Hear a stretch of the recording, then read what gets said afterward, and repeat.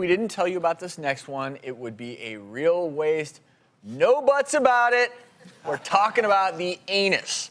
Now, the mouth was the transit station to bring food in. The anus is the other transit station to get food and other waste products out of the body. So here's the thing. The anus is something very unique. What you were looking at there was footage of the colon, because whenever you get a colonoscopy, you go through the anus, up through the rectum, which is basically a storage pouch for your stool, and then the colon is about 4 to 5 feet long. And there's the ascending, transverse, and descending colon, and that all leads ultimately to the anus. And one of the things that people tend to be afraid to talk about are any conditions dealing with, anal problems. Anal itching, constant anal itching. You know what? You need to go get it checked out. Yeah, bleeding. Bleeding. That's a big one.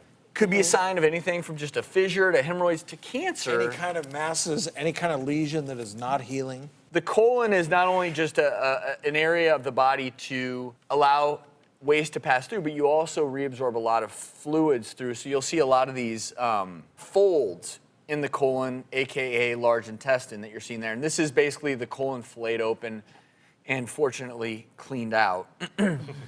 But one of the most important orifices in the body is the anus, and if you ignore it, you do it at your own peril. Speaking of getting things cleaned out, we got an email from Kevin in Oklahoma who's asking about this.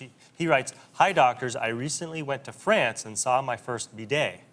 It got me thinking, should we be washing our bottoms every time we go number 2, or what's the best way to keep it clean down there?" It's interesting when you see Yeah. those. Is this why you've had a smirk this whole segment, because you knew we were about to talk about bidets? Bidets, yeah. I think they're kind of fun. Do you know why Europe uses bidets so much, or at least traditionally? It's because the septic systems weren't designed to handle the toilet paper loads. Yeah.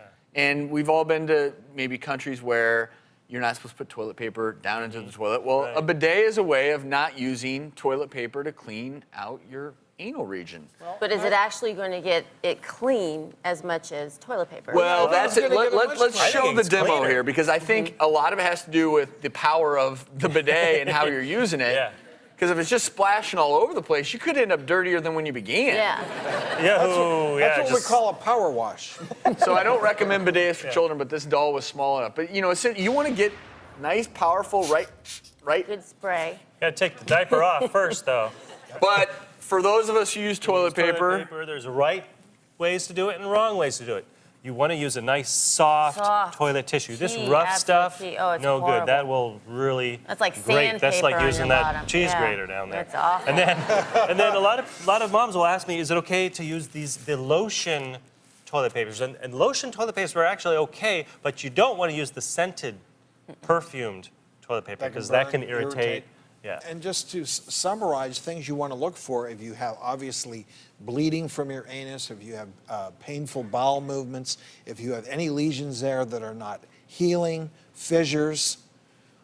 We kind of didn't mention pinworms, but if you, Itching? Itching. well, Itching middle of the itching, night? and Yeah. especially if you felt something crawling around down there. and as silly as this sounds, you can do a bit of a self-exam using a mirror to just look in the, maybe you'll see a hemorrhoid, maybe you'll see something that will explain why you're having the symptoms that you're having.